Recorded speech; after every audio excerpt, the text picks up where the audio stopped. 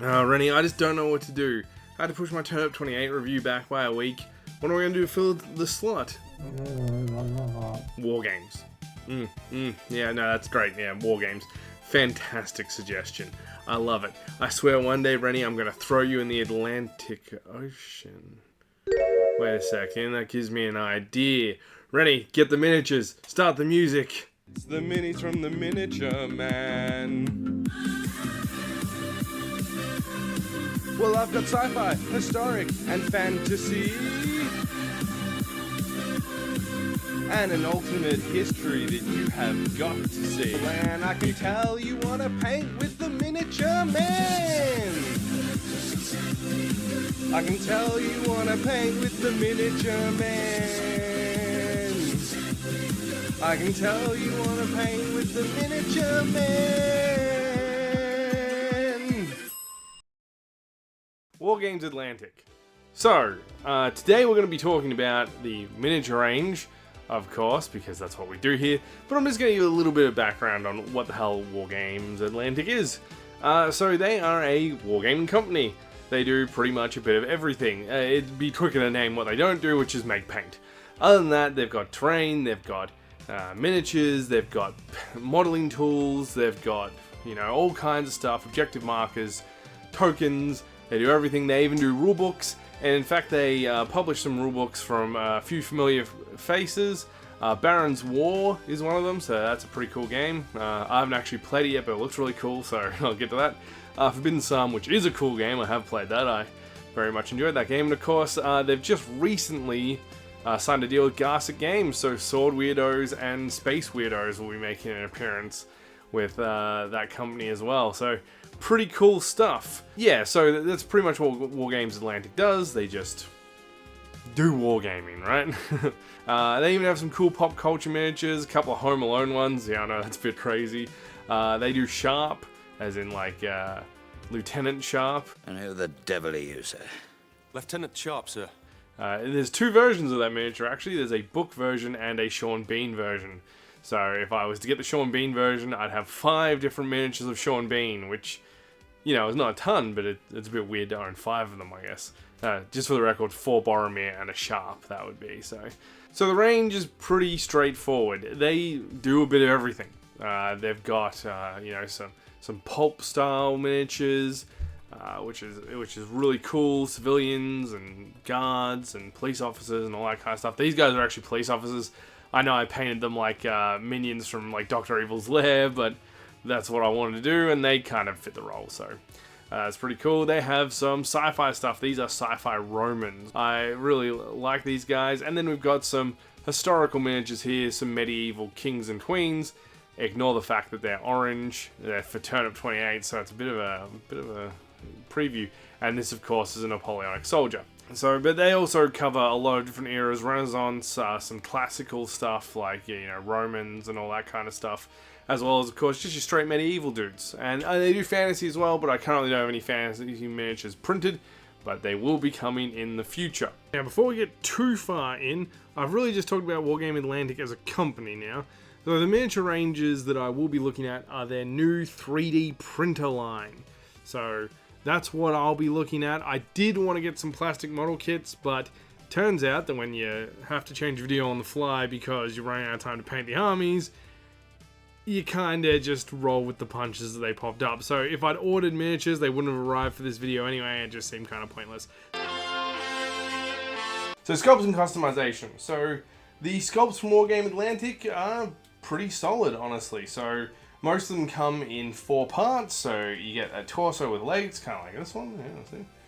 Which is this lady's actual body. So we get that, and then we get an arms and a head. So generally with the body, you'll get kind of like, you know, some stances where they're like this maybe, or you know, crouching or whatever. Of course, in these particular situations, they won't be doing this because they have no arms, so it'll be more like, you know, this, rather than necessarily taking a full-on pose.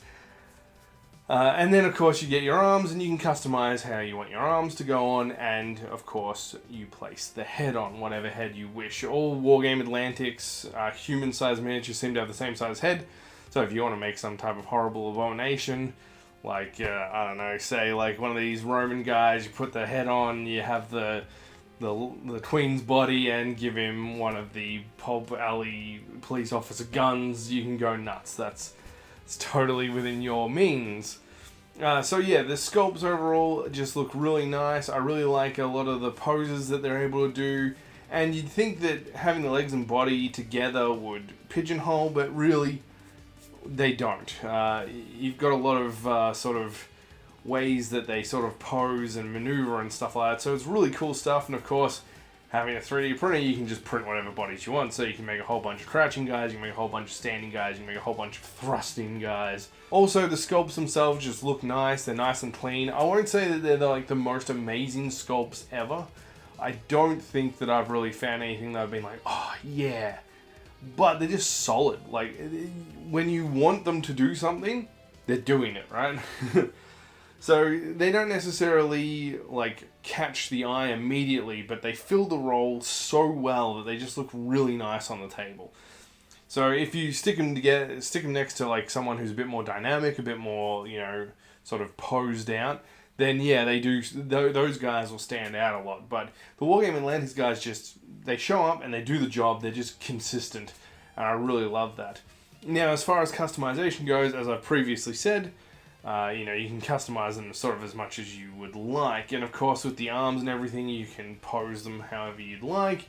Print whatever arms, or in the case of the actual plastic kits, because a lot of these are plastic kits that you can buy, you know, pick the arms out that you want to be able to use. So, you know, you could have a guy who's, you know, crouching and he's got a gun that's meant to be like this, but instead maybe you know, put the arm up there and you get a pointer, right? So it's like this. Or maybe he's like signaling. Whatever you wish to do. And I think that makes it so that the customization on these guys is actually pretty good.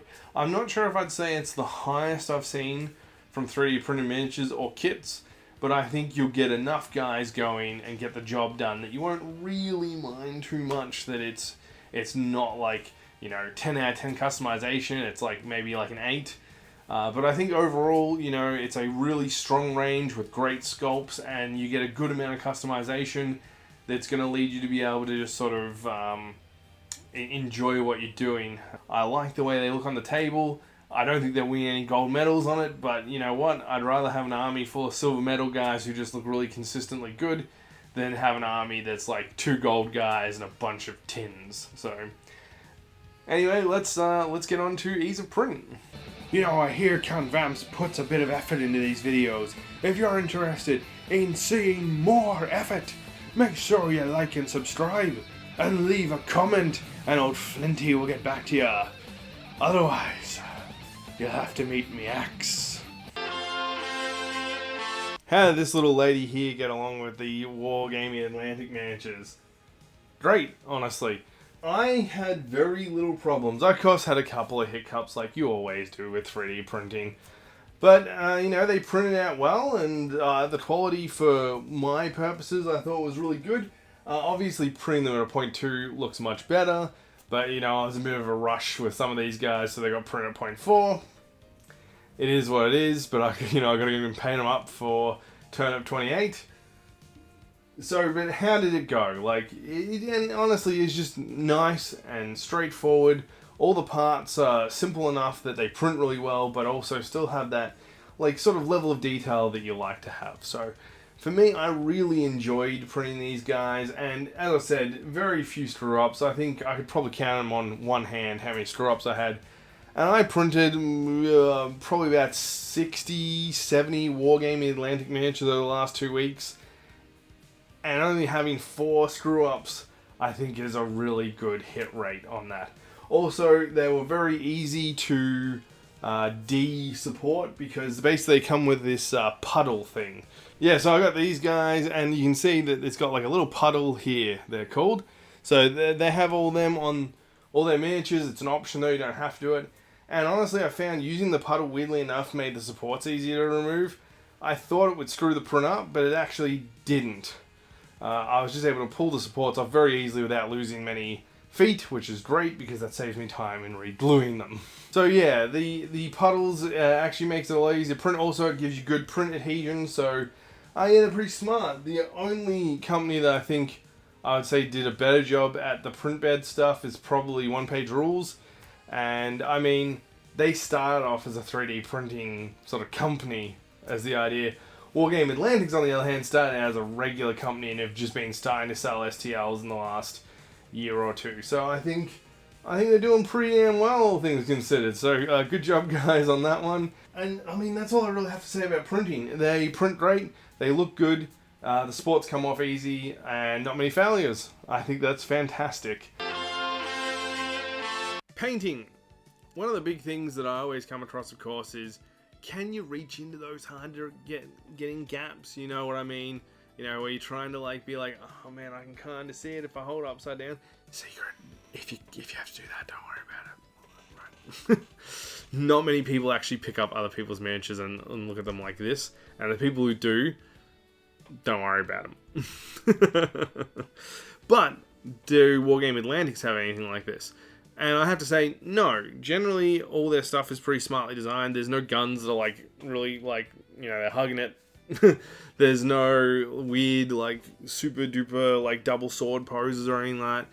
You will absolutely be able to get into all those little things. And you know, one of the big positives is that because of all the accessories and stuff that these models come with as well, like shields and extra guns and backpacks and stuff like that, if you have those troubles, you can just print them or clip them off the thing and paint them separately. So this is always an option, which means the good thing is that even if there are those hard to reach crevices, you probably won't end up actually having to deal with them. Or if you do, if you're like me, aka a lazy dickhead, you know, you're going to stick your stuff together and you just have to live with it basically. But, you know, for smart people, like you viewers out there, you guys can leave the shield off until the last moment, paint everything, and then glue the shield on and be like, yeah, now you can look at it from any angle and it still looks just as good. So, but overall, yeah, these were fine to paint. I found them very easy to paint. They took paint well, which makes sense, they're Pla, you know. But in particular, I really felt like these particular miniatures were just nice to paint. I never really felt like I was like super under pressure or anything.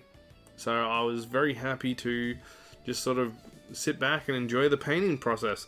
Once again, because they're not like insanely detailed, but they still look nice, it means that you got a lot of like clear detail. Not over the top, but nice and clear, so that when you paint it, it comes out nice and clear. Like on my soldier here, you can see he's got these little mustache. And that was very easy to spot and paint without much trouble. So I really enjoyed it. It was a good time to paint, and I mean, for me at the end of the day, painting is fun. I find it relaxing. I don't care if it's Golden Demon quality. I'll leave the super details up to those guys. Of course, if you love painting and getting hyper detailed, great stuff. Good for you. I'm at the point now where I just want to get some painted miniatures on the table and blow people up. That's where I'm at. I want my army to look decent, and I want to have fun. Anyway, I think that's about it for Wargame Atlantic. I think we've sort of covered their miniatures here. I very much have enjoyed doing their range, like having a look at it, you know, checking out the terrain, all that kind of stuff, checking out the books and war games and all. Yeah, I really enjoy looking at sort of like miniature ranges for things. And as I said, Wargame Atlantics is going to cover a lot of other stuff. They got base toppers, they got you know, clippers, glue, all that kind of stuff. About the only thing that they don't make is paint, so, and that's fair enough. But yeah, and of course they've even got rulebooks, so, and they've got good rulebooks. I will definitely say that 3 of the games that they got rulebooks for, I can absolutely guarantee that you'll have a good time playing. And as far as Baron's War, I've only heard good things, so that's definitely going to be on the list at some point. Anyway, I'll leave you to it. I hope you have a fantastic day, and join me next week for Turnip 28, where we'll get to see some of these miniatures in action, as well as a few others. Alright guys, you have a good one, and I'll catch ya. See yous. Coming up on the list is our list of Patreons. Let's have a look here. So we've got 2 at the War Noob tier. which we've got Pygmalion, and we've got Orcback Jack. Yeah, aka Zais McDoom. So thank you so much for being Patreons. I really appreciate the support. Coming up on the list is our list of Patreons.